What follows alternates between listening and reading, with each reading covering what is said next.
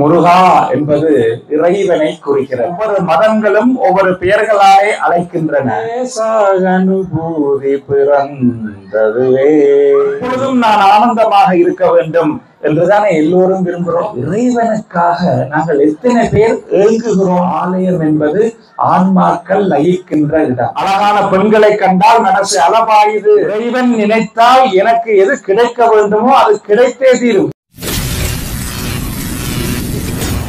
கந்தர் அனுபூதி என்கின்ற அற்புதமான நூலை அடிப்படையாக வைத்து சில கருத்துக்களை இன்றைய தினம் முருகா நினதருளால் என்கின்ற தலைப்பிலே பகிர்ந்து கொள்ளுகின்றோம். நெஞ்ச கனகல்லு நகிழ்ந்துருக தஞ்ச தருள் சண்முக நெற்றியல் சேர் செஞ்சொல் புனை மாலை சிறந்திடவே பஞ்ச கரவானை பதம் பணிவா.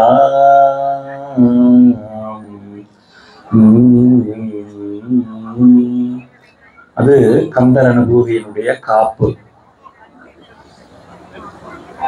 இன்றைய தினம் முருகா நினதருளால் என்கின்ற தலைப்பிலே அருணகிரிநாத சுவாமிகளால் பாடப்பெற்ற கந்தர் அனுபூதியினுடைய 43 மற்றும் 44 பாடல்களை அடிப்படையாக வைத்து இந்த கருத்துக்களை இங்கே பகிர்ந்து கொள்ளுகின்றோம். 43வது பாடல் அற்புதமான தமிழ் மொழியிலே முருகப்பெருமானுடைய பெருமைகளை எடுத்து சொல்லுகின்ற இந்த பாடல்.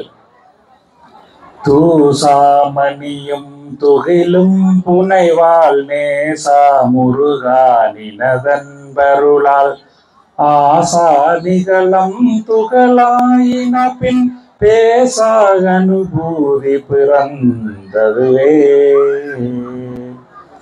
இந்த பாடலினுடைய அர்த்தம், முருகப்பெருமானே தாங்கள் அடியேன் மீது கொண்ட அன்பு காரணமாக ஆசையாகிய விலங்கை உடைத்தாய்.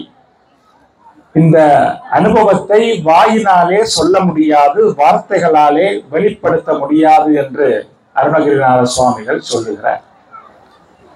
அடுத்து 44வது பாடல். சாடும் தனிவேல் முருகன் சரணம் சூடும் படி தந்தது சொல்லுமதோ வீடும் சுரர் மாமுடி வேதமும் வங்காடும் புனமும் கமலும் கலலே. அசுரரை அழித்து அன்பர்களுக்கு அருள் செய்கின்ற வேல் முருகன் என் தலை மீது தனது திருவடி கமலங்களை வைத்து திருவடி தீட்சை செய்த கருணை எம் நாவினால் சொல்லி முடியாதது. முருகப்பெருமானுடைய கருணை சொல்லி முடியாதது என்று சொல்லி, முத்தியிலும் இந்திரன் முதலிய தேவர்களின் முடிகளிலும் வேதங்களின் உட்பரப்பிலும் மிருகங்கள் வாழுகின்ற கொடிய காட்டிலும் திணைப்புணத்திலும் நடந்து திரிந்த மனம் கமலுகின்ற முருகப்பெருமானுடைய திருவடி கமலங்கள் என்னுடைய தலையிலே வச்சு தீட்சை கிடைக்க பெற்ற அந்த அருள் கருணை பேரை என்னவென்று நான் சொல்வது? முருகா நினது அருளாலே இது எல்லாம் எனக்கு நடைபெற்றன என்று அருணகிரிநாத சுவாமிகள் சொல்லுகிறார். இதுதான் இந்த கந்தர் அனுபூதி 2 பாடல்களுடைய பொழிப்புரையினுடைய விளக்கம். அந்த 2 பாடல்களையும் அடிப்படையாக வைத்து பார்க்கும் பொழுது முருகா நினது அருளால் என்ற தலைப்பை நோக்கும் பொழுது முருகா என்பது இறைவனை குறிக்கிறது. நல்லூரில் கதிர்காமம் என்று சக்தி நியூஸ் ஃபர்ஸ்ட் அற்புதமான ஒரு கருப்பொருளை எடுத்திருக்கிறார்கள். பார்த்தீர்கள் என்றால் நடுவிலே வேல் இருக்கிறது. நல்லூரிலும் கதிர்காமத்திலும் இருக்கின்ற இறைவன் முருகப்பெருமானே. அப்படிப்பட்ட ஒரே முருகப்பெருமான் தான் 2 தலங்களிலும் எழுந்தருளி அருள் பாலிக்கின்றார்.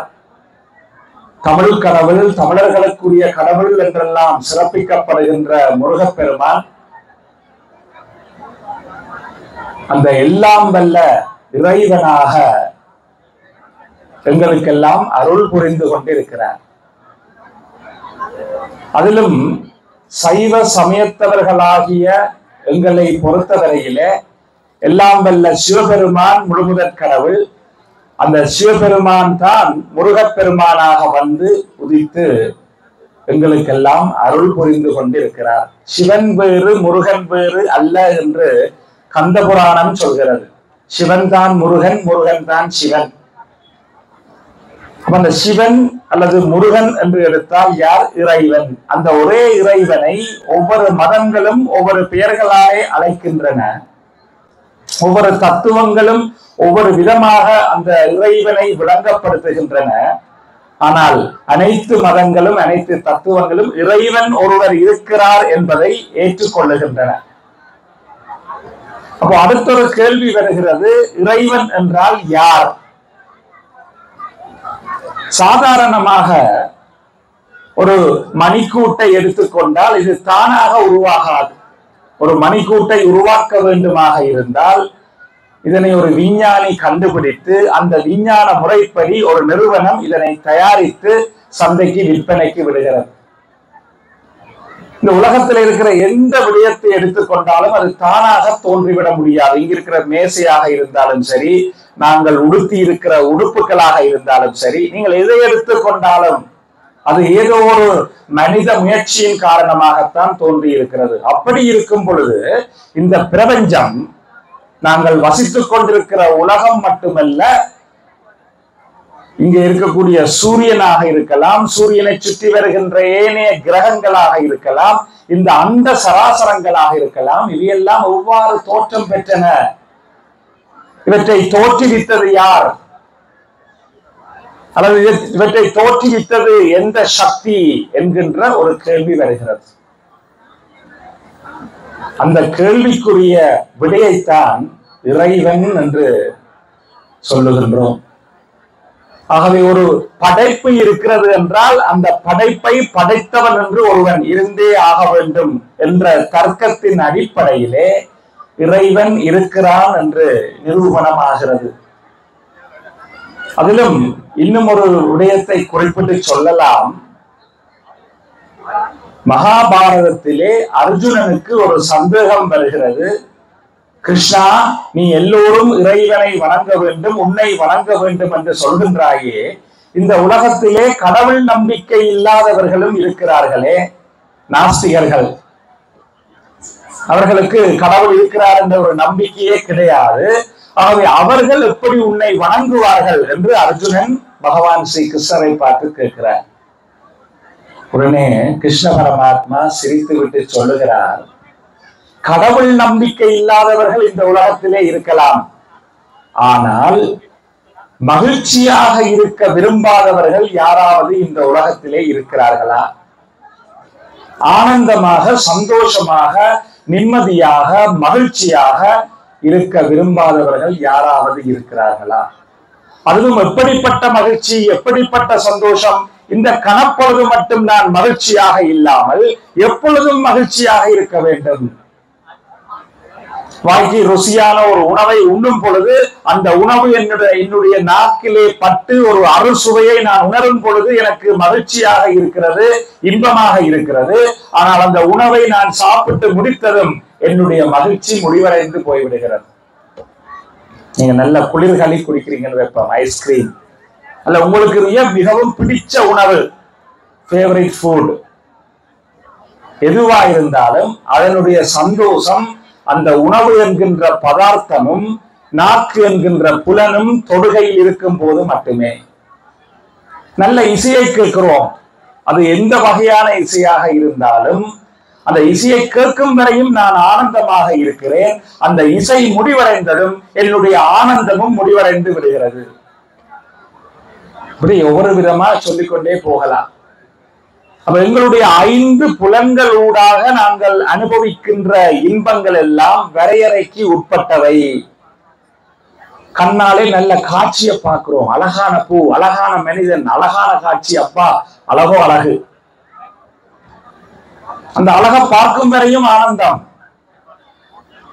அந்த அழகை பார்க்காத ஒரு நிலை வரும் பொழுது ஆனந்தம் போய்விடுகிறது. அந்த அழகை பார்த்து ரசித்து அதை நான் என்னுடைய ஆக்க வேண்டும் என்று சொல்லும் பொழுது அங்கே பற்று வந்து அது துன்பத்துக்கும் வழிகோலுகிறது. இப்படி ஒவ்வொரு புலனின்பங்களும் ஊடாக இன்பத்தை நாங்கள் அனுபவிக்கிறோம். ஆனால் அந்த இன்பங்கள் எல்லாம் கனப்பொழுது இன்பங்களாக இருக்கின்றன, தற்காலிக இன்பங்களாக இருக்கின்றன. ஆனால் எனக்கு நிரந்தரமான இன்பம் வேண்டும், எப்பொழுதும் நான் ஆனந்தமாக இருக்க வேண்டும் என்றுதானே எல்லோரும் விரும்புகிறோம். இன்றைக்கு மட்டும் சந்தோஷமா இருந்தா போதுமா என்று கேட்டால் இல்ல, நான் எப்பவும் சந்தோஷமா இருக்கணும். என்னுடைய சந்தோஷம், என்னுடைய ஆனந்தம், என்னுடைய நிம்மதிக்கு முடிவே இருக்கக்கூடாது என்றுதான் மனிதர்கள் மட்டுமல்ல, இந்த பிரபஞ்சத்தில் இருக்கிற அத்தனை ஜீவராசிகளும் விரும்புகின்றன. நெஞ்சுக்கு நிம்மதி, ஆண்டவன் சன்னிதியினும். இந்த நிம்மதியைத்தானே எல்லாரும் கேட்கிறான், எல்லாரும் எதிர்பார்க்கிறோம். அந்த எல்லோரும் தேடுகின்ற அந்த நிரந்தரமான முடிவற்ற ஆனந்தம், அதுதான் நான் என்று கிருஷ்ண பரமாத்மா அர்ஜுனனுக்கு சொல்லுகிறார். சந்தோஷத்தை விரும்பாத மனிதர் என்று யாருமே இருக்க முடியாது, வெற்றியை விரும்பாத மனிதர் என்று யாருமே இருக்க முடியாது, மகிழ்ச்சியை நிம்மதியை விரும்பாத மனிதர் என்று யாருமே இருக்க முடியாது. ஆகவே அந்த வெற்றி, அந்த மகிழ்ச்சி, அந்த நிம்மதி தான் நான் இறை தத்துவம் என்று பகவான் ஸ்ரீ கிருஷ்ணர் கீதையிலே சொல்கிறார். ஆக எல்லோருமே ஏதோ ஒரு விதத்திலே அந்த ஆனந்தத்தை தேடி செல்கிறோம். அதுதான் இறைவனாக இருக்கிறார், கடவுளாக இருக்கிறார். அந்த இறைவனிலே முருகப்பெருமான், அவருடைய சிறப்பு நீங்கள் உங்கள் எல்லோருக்கும் தெரியும். முருகு என்றால் அழகு என்று பொருள். அந்த அழகுக்குரிய கடவுளாம் முருகப்பெருமான் கலியுக வரதன். இன்று கலியுகம் நடந்து கொண்டிருக்கக்கூடிய இந்த காலகட்டத்திலே நாங்கள் கேட்கின்ற வரங்களை தரக்கூடிய இறைவன். அந்த முருகப்பெருமானுடைய அருளினால் தான் அனைத்தும் நடைபெறுகின்றன. அவனுடைய அருள் இல்லாமல் எதுவுமே நடக்க முடியாது. அவன் அருளாலே அவன் தாள் வணங்கி, அவனுடைய தாள்களை வணங்க வேண்டும் என்று சொன்னால் கூட அதற்கு அவனுடைய அருள் தேவைப்படுகிறது. இது எப்படி என்று நாங்கள் ஆராய்ந்து பார்த்தால், வாழ்க்கையிலே பல விடயங்களை எடுத்துக்கொண்டால் எங்களுடைய கட்டுப்பாட்டிலே கிடையாது.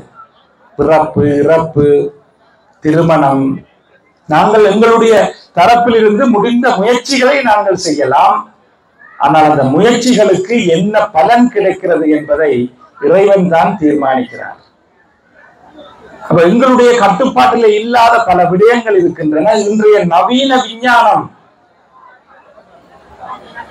இந்த பிரபஞ்சத்தை ஆராய்ச்சி செய்து கொண்டு போகும் பொழுது, பிக் பேங் தியரியாக இருக்கலாம், ஸ்பெஷல் ரிலேட்டிவிட்டி சார்பியல் தத்துவமாக இருக்கலாம், நவீன பௌதீகவியல் விஞ்ஞானம் இந்த பிரபஞ்சத்தினுடைய எல்லையை வரையறுக்க முடியாமல் தடுமாறிக் கொண்டிருக்கிறது. இப்ப எல்லாவற்றையும் கடந்து சென்றாலும் அது இந்த முடிவை இதுவரை கண்டுபிடிக்க முடியவில்லை. செவ்வாயில போய் நாங்க குடியேறதுக்கு எல்லாம் திட்டம் போடுறோம். ஆனால் ஒரு நிலைக்கு அங்காலே எங்களால எதுவுமே செய்ய முடியாமல் இருக்கிறது. சரி, கடந்து போக வேண்டாம், உள்ளே சென்று பார்ப்போம் என்று பார்த்தால், அணுவை துளைத்து இலத்திரன், புரோத்தன், நியூத்திரன், பொசித்திரன் என்ற அணு உபதுணிக்கைகள், அட்டமிக் சப் பார்ட்டிகல்ஸ், அவற்றை கண்டுபிடித்து இப்போ ஹிக்ஸ் போசன் என்கிற விஞ்ஞானி ஒரு துணிக்கை, அதை கூட உடைக்கலாம், அணு உபதுணிக்கைகளை கூட உடைக்கலாம் என்று சொல்லி அதுக்கு என்ன பேர் வைக்கிறேன்னு தெரியாம கோட் பார்ட்டிகிள், கடவுள் துணிக்கை என்று பெயர் வச்சிருக்கிறேன். அதுதான் இன்றைக்கு உலகத்தில் இருக்கக்கூடிய ஆகக்குரிய விஞ்ஞான கண்டுபிடிப்பா இருக்கு. அப்ப அந்த இடத்துல கூட விஞ்ஞானம் வந்து கடவுள் என்ற ஒரு நிலையில தான் வந்து முடிகிறது. அப்ப கடவுள் என்ற சொல்லை கடல் சக உள் என்று பிரித்து பார்த்தால், எல்லாவற்றையும் கடந்தும் எல்லாவற்றுக்கு உள்ளும் இருக்கின்ற அந்த தத்துவம் கடவுள் தத்துவம். அந்த தத்துவம், அந்த இறை தத்துவம், அதன் காரணமாகத்தான் அனைத்துமே நடக்கின்றன. இதுதான் முருகா நினதருளால் என்ற தலைப்பு.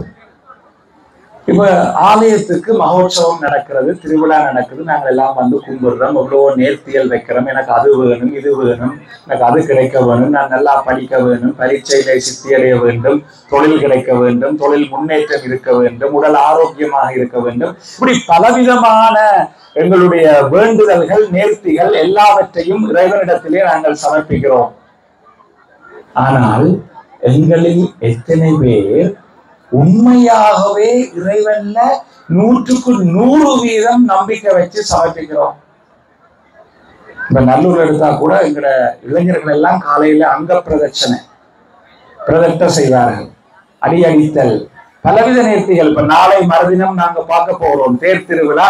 இந்த பிரதான வாசலூடாக பறவை காவடிகள், தூக்கு காவடிகள், பலவிதமான காவடிகள், நேர்த்திகளோ பலவிதம். உடலை வருத்தி இறைவன் மீது ஒரு பக்தி கொண்டு வெளிப்படுத்துகின்ற பலவித நேர்த்திகளை எல்லாம் அடியவர்கள் செய்கிறார்களே, அந்த அடியவர்களிலே எத்தனை பேர் இறைவன் மீது முழுமையான 100% நம்பிக்கை வைத்து தங்களுடைய நேர்த்திகளை செய்கிறார்கள்? இது மிக பெரும் கேள்வி. 99.9% இருந்தா கூட அந்த 0.1% இல்லை. அப்ப இந்த இறை நம்பிக்கை அல்லது இறைவன் மீது வச்சிருக்கிற பக்தி என்ற விஷயத்துல வந்து இடப்பட்ட நிலையிலே எந்த புள்ளிகளும் கிடையாது. on and off, 0 and 1, ஒன்றில் 0 அல்லது 100. 99.9 இருந்தா கூட அது 0 என்றுதான் கருதப்படும்.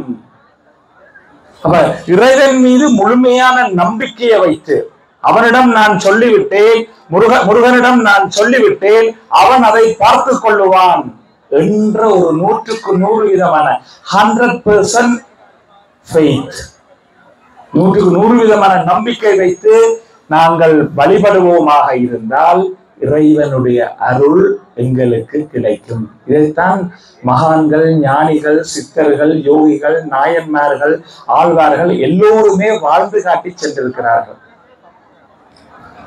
அப்ப அந்த அடிப்படையிலே வாழ்க்கையிலே நாங்கள் விரும்புகின்ற எது எங்களுக்கு கிடைக்க வேண்டுமாக இருந்தாலும் இறைவனுடைய அருள் இல்லாமல் அது சாத்தியம் இல்லை. அப்போ நாங்கள் நல்லூரிலே இப்பொழுது 25 நாட்கள் மகோற்சவம்.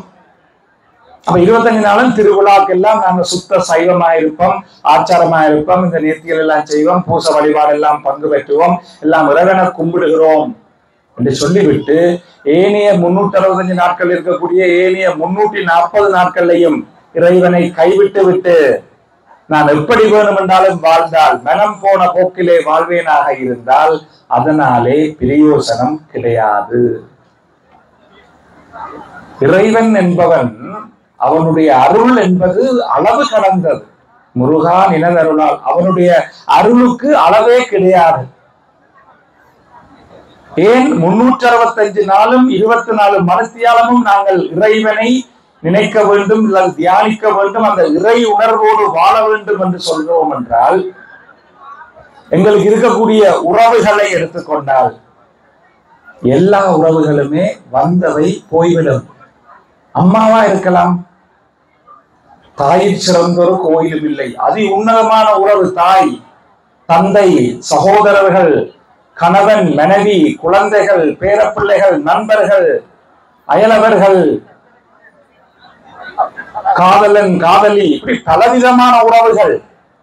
எல்லா உறவுகளுமே வந்தவை போய்விடும். ஒன்று அந்த உறவு என்னை விட்டு போய்விடும், அல்லது நான் உறவை விட்டு போய்விடுவேன். இதுதான் உலக யதார்த்தம். சற்று நீங்கள் சிந்தித்து பாருங்கள்.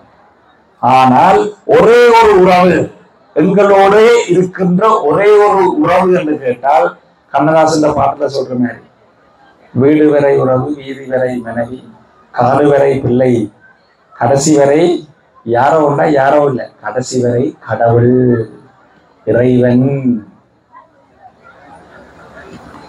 இந்த பிறவியில மட்டுமல்ல, எல்லா பிறவிகளிலும் எனக்குள்ளே இருந்து அருள் பாலித்துக் கொண்டிருக்கக்கூடிய அந்த இறைவன் இமைப்பொழுதும் என் நெஞ்சில் நீங்காதான் தாழ்வாக, எனக்குள்ளேயே இருக்கக்கூடிய அந்த இறைவன் பரிபூரண ஆனந்த சொரூபமாக எனக்குள்ளே இருக்கிறார். அந்த இறைவனுக்காக நாங்கள் எத்தனை பேர் ஏங்குகிறோம்? இன்னைக்கெல்லாம் காலையில பாத்தீங்கன்னா நல்லூர்ல மாம்பழ திருவிழா, பழனி ஆண்டவருக்கு அந்த அபிஷேகம். எவ்வளோ அடியவர்கள் எல்லாம் அடிபட்டு நெருக்கப்பட்டு அந்த அபிஷேகத்தை பார்த்து விட வேண்டும் என்கின்ற பக்தி. அந்த பார்த்தவர்களுக்கு அந்த அனுபவம் தெரியும். அந்த பக்திக்காக நாங்கள் உண்மையிலேயே இயங்குகிறோமா என்பதுதான் மிக பெரும் கேள்வி. இறைவனை காண வேண்டும், இறைவனுக்கு அபிஷேகம் நடக்கிறதா, அதை பார்த்து நான் மனமுருக வேண்டும். இறைவனுக்குரிய பூஜை வழிபாடுகள் மீது நான் மிகவும் மனதார விரும்பி என்னை நான் அதிலே லயிக்க செய்ய வேண்டும். அதான் சொல்லுவார்கள், ஆலயம் என்பது ஆன்மாக்கள் லயிக்கின்ற இடம்.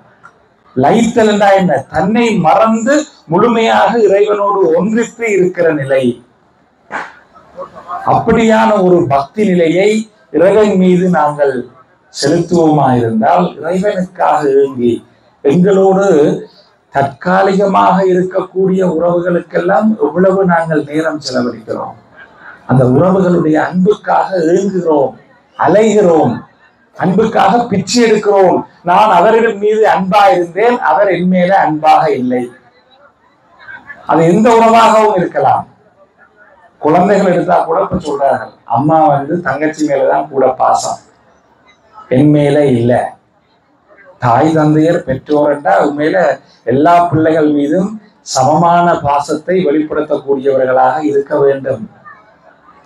பாரபட்சம் குழந்தைகளுக்கு இடையே தாய் தந்தையர் காட்டுவார்களாக இருந்தால் அது குழந்தைகளுடைய மனநிலையை பாதிக்கும்.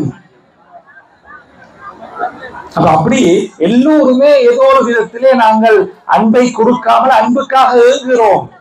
என் மேல உண்மையா அன்பு செலுத்துறதுக்கு யாருமே இல்லை. என்னிடம் ஏதோ இருக்கிறது, அதை எதிர்பார்த்து அவர் அன்பு செலுத்துகிறார். என்னிடம் கல்வி அறிவு இருக்கிறது, நான் மிக படித்திருக்கிறேன், அந்த கல்வி அறிவின் காரணமாக, கல்வியின் மீதுள்ள மதிப்பின் காரணமாக, அல்லது கல்வியை அவர் மதிப்பதன் காரணமாக என் மீது அன்பு செலுத்துகிறார். என்னிடம் பணம் இருக்கிறது, அதனாலே அன்பு செலுத்துகிறார். என்னிடம் அழகு இருக்கிறது, அந்த அழகுக்காக அன்பு செலுத்துகிறார். இந்த கல்வி, பணம், அழகு, புகழ், பதவி, அந்தஸ்து, அதிகாரம் இவை எல்லாவற்றையும் விட்டுவிட்டு என்னை நானாக ஏற்றுக்கொண்டு அன்பு செலுத்துபவர் யார்? நீங்க எல்லாருமே யோசிச்சு பார்க்க வேண்டிய விஷயம்.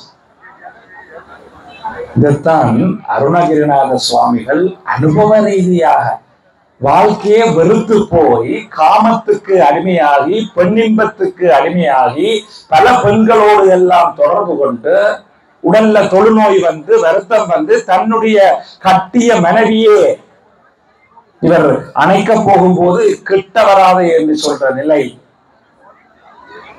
கூட பிறந்த தமக்கை அக்காவே உனக்கு பொன்னின்பம் வேணும் என்றால் நீ என்னை எடுத்துக்கொள் என்று சொல்லுகின்ற அப்படியான ஒரு நிலையிலே அவர் வாழ்க்கையை வெறுத்து தற்கொலை செய்வதற்காக போய்கொண்டிருக்கிறார்.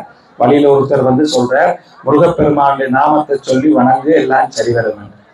அதையும் கேட்டுட்டு அந்த தொடர்ந்து நடந்து போய் அப்படியே திருவண்ணாமலையில கிளிக்கோபுரத்துல ஏறி தற்கொலை செய்கிறார், விழுகிறார். விழுந்த போது முருகப்பெருமான் தாங்குகிறார். அவரால் நம்ப முடியல. இறைவன் இப்படி நேர என்னை காப்பாற்றி எனக்கு காட்சி கொடுத்து, எனக்கு உயிர் பிச்சை கொடுத்து, எனக்கு தீட்சை கொடுத்து என்னை வழிப்படுத்தி இருக்கிறானே, அந்த அனுபவத்தை என்னால் நம்ப முடியவில்லை என்று இந்த பாடல்களிலே சொல்றேன். முருகா, நினதருளால் நான் காப்பாற்றப்பட்டேன். உண்மையில சொல்ல போனா நாங்கள் இந்த உலகத்திலே உயிர் வாழ்வதும் உயிர் வாழாமல் உயிரை விடுவதும் என்பது உண்மையில எங்களை கையில இல்லை. ஆனா நாங்க பயந்தே செத்து போயிடுறோம். பயத்தாலேயே அரைவாசி பேர் செத்து போறோம். அதால மன அழுத்தம், எடுத்ததுக்கும் டென்ஷன் ஆகிறோம், பதட்டம், படபடப்பு, ஒன்றுமாக போறோம். இதெல்லாம் படபடப்பா இருக்கலாம், மன அழுத்தமா இருக்கலாம், ஸ்ட்ரெஸ், ஃபியர், டென்ஷன், எல்லாமே எங்களுடைய ஆரோக்கியத்தை இன்னும் மோசமடைய செய்து எங்களுடைய வாழ்க்கையை அழித்துவிடும். நீ நினைத்தால், அதாவது இறைவன் நினைத்தால் எனக்கு எது கிடைக்க வேண்டுமோ அது கிடைத்தே தீரும். நீங்கள் வேண்டாம் வேண்டாம் என்று சொல்லி விட்டுட்டு ஓடி போனா கூட அது துரத்தி கொண்டு உங்களை சேரும். இறைவன் ஒன்றை உங்களுக்கு கொடுக்க விரும்பவில்லை என்றால் நீங்கள் எவ்வளவு தலைகீழா நின்றாலும் அது கிடைக்காது. அப்ப இதை சொன்ன உடனே சில இளைஞர்களுக்கு ஒரு என்ன இது அப்படின்னா நாங்க முயற்சியோடு செய்ய இயலாதே, தன்னம்பிக்கை இல்லை, அப்ப கடவுள் எதை கொடுப்பாரோ அதைத்தான் கொடுப்பார், எதை கொடுக்க மாட்டாரோ அதை கொடுக்க மாட்டேன்னா ஒண்ணும் செய்யாம சும்மா இருப்போம். சும்மா இருந்து பாருங்கள், உங்களால் முடியுதான்னு பார்ப்போம். கைய கால ஆட்டாம சும்மா இருக்கிறது அல்ல, மனமும் சும்மா இருக்க வேண்டும். எந்தவித எண்ணங்களும் இல்லாமல் மனம் பரிபூரண அமைதியாகவும் உடலும் அதற்கேற்ற விதத்துல சும்மா இருக்க முடியுமா இருந்தால் அது பெரிய விஷயம். ஆனா எங்களால சும்மா இருக்க முடியாது, சும்மா இருக்க இயலாது, மனசு விடாது.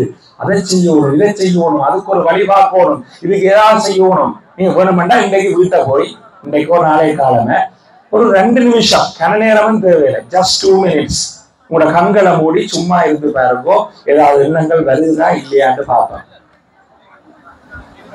Just 2 minutes, you just close your eyes and just see whether any thoughts are arising in your mind or not. So just be, it's very very difficult. சும்மா இருத்தல் என்பது மிக மிக மிக கடினம். நீங்கள் சும்மா இருந்து பாருங்கள். அப்படி உங்களால் சும்மா இருக்க முடியுமாக இருந்தால் நீங்கள் ஞானி, இறை அனுபவத்தை பெறுவீர்கள். இதே கந்தர் அனுபூதியில சொல்றாரு, நான் சொல்றேன், சும்மா இரு சொல் அற. அது முடியாதுங்களா? என் ஆசைகள் இருக்கு, அவ்வளவு ஆசைகளையும் நாங்கள் நிறைவேற்றுவதற்காக துடிக்கிறோம். அதனால எங்களால சும்மா இருக்க முடியாது. ஆகவே எங்களுடைய கடமைகளை நாங்கள் செய்ய வேண்டிய விடயங்களை நாங்கள் செய்ய வேண்டும். அதற்கு பிறகு பலனை இறைவன் கொடுப்பார். கடமையை செய், பலனை எதிர்பாராது. என் கடன் பணி செய்து கிடப்பதே. ஆகவே முருகப்பெருமான் மீது, இறைவன் மீது பக்தியை அதிகரித்துக் கொள்ளுவோம். அதன் ஊடாக அந்த பக்தி இன்னும் வளர வளர வளர ஒவ்வொரு வருஷமும் நல்லூர் உற்சவம் வருதா, அதன் ஊடாக முருகப்பெருமான் மீது எனக்கு இருக்கிற பக்தி இன்னும் கூடணும், அதிகரிக்கணும். இல்லாட்டி அந்த நல்லூர் உற்சவத்துல பிரயோசனம் இல்லை. அந்த பக்தி அதிகரிக்க அதிகரிக்க அதிகரிக்க இறைவனுடைய அருளை நாங்கள் உணர்வோம். இறைவனுடைய அருள் எல்லாருக்குமே இருக்கு, சமமா இருக்கு. படித்தவர் படிக்காதவர், ஏழை பணக்காரன், இது மொழி மதம் இனம் ஜாதி குலம் கோத்திரம் ஆண் பெண் வயசு வேறுபாடு, மனிதன் விலங்குகள் பறவைகள் எந்த வேறுபாடும் இல்லாமல் அனைத்து ஜீவராசிகளுக்கும் இறைவனுடைய அருள் சமமாக இருக்கிறது. முருகப்பெருமானுடைய அருள் சமமாக இருக்கிறது. ஆனால் எங்களுடைய மனம் எவ்வளவு பக்குவப்பட்டிருக்கிறது, எவ்வளவு விசாலமாக இருக்கிறது என்பதை பொறுத்துத்தான் அந்த இறைவனுடைய அருள் எங்களுக்கு வெளிப்பட்டு நிற்கிறது. ஆகவே முருகப்பெருமானே, எனது அருளால் எனக்கு நீ அனைத்தையும் செய்வாய், என்னுடைய வாழ்வை மேம்படைய செய்வாய் என்று நாங்கள் அனைவரும் வணங்கிக் கொள்ளலாம், இறைவனிடம் கேட்டுக்கொள்ளலாம். அருணகிரிநாத சுவாமிகளுடைய நிலையிலே, கந்தர் அனுபூதியிலே அவர் சொல்றார், முருகா, உனது அருளால நீ என்ன காப்பாத்திட்ட, உங்க காட்சியை எனக்கு கொடுத்துட்ட, அது மட்டும் போதாது, எனக்கு இப்பவும் மனசு அலபாயுது, ஆசை விடுவதில்லை, அழகான பெண்களை கண்டால் மனசு அலபாயுது என்று வெளிப்படையா பச்சையாவே சொல்றார் அருணகிரிநாத சுவாமிகள். ஆகவே அந்த மனக்கட்டுப்பாடையும் தந்து எனக்கு மெய்ப்பொருளை நீ உணர்த்த வேண்டும், உண்மை தத்துவத்தை உணர்த்த வேண்டும். அதன் ஊடாகத்தான் நான் நிரந்தரமாக நிம்மதியாக இருக்கலாம். ஆகவே நீ அந்த மெய்ப்பொருளை எனக்கு உணர்த்த வேண்டும் என்று கேட்கிறார். நாங்கள் இதன் தொடர்ச்சியை நாளைய தினம் பார்க்கலாம். ஓம் பூர்ணமத பூர்ணமிதம் பூர்ணாத் பூர்ணமுதச்யதே பூர்ணஸ்ய பூர்ணமாதாய பூர்ணமேவாவசிஷ்யதே. ஓம் சாந்தி சாந்தி சாந்தி. ஹரி ஓம் ஸ்ரீ சிவகுருப்யோ நமஹ. ஹரி ஓம். ஓம் நம சிவாய. அனைவருக்கும் நன்றி.